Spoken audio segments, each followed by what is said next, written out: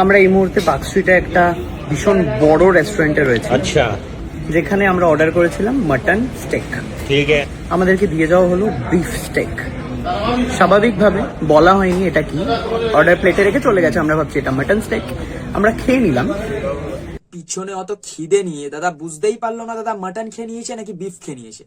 আমরা এতক্ষণ যেটা খেলাম সেটা বিফ খেলাম।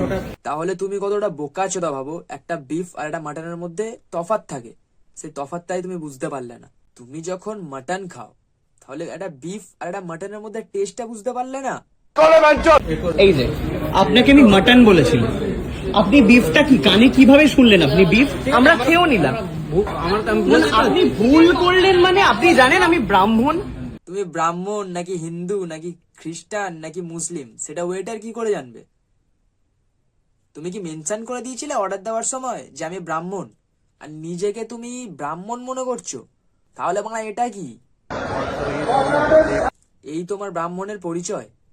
একটা ব্রাহ্মণ হয়ে মানে মুসলিম সাজ্য, আমি হিন্দু, কিন্তু তা বলে এই না যে আমি ওদের টুপিটা মাথায় পরে নেব। একটা কন্টেন্ট করার সীমা থাকে, ঠিক আছে?